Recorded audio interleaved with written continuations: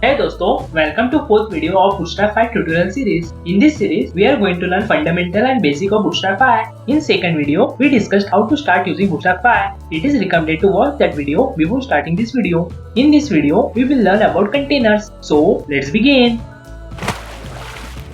What are containers in Bootstrap 5? Containers are the most basic layout element in Bootstrap and are required when using Bootstrap default grid system. Containers are used to contain, pad and align your content within a given device or viewport. While containers can be nested, most layouts do not require a nested container. Bootstrap comes with three different containers. Container class, which set maximum width at each responsive breakpoint. Container fluid, which is width equal to 100% at all the breakpoints. Container then specific breakpoint, which is width 100% until the specified breakpoint. Let's know more about different containers one by one.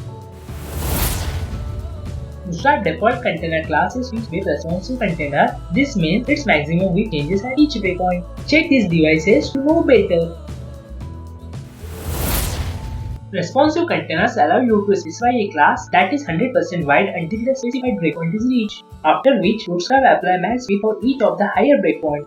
For example, container SM is 100% wide until SM breakpoint, then it will scale up according to the particular breakpoint's max width. Similarly, container MD, container LG, container XL and container XXL will be 100% wide until the specified breakpoint, then it will scale to the higher breakpoint maximum width.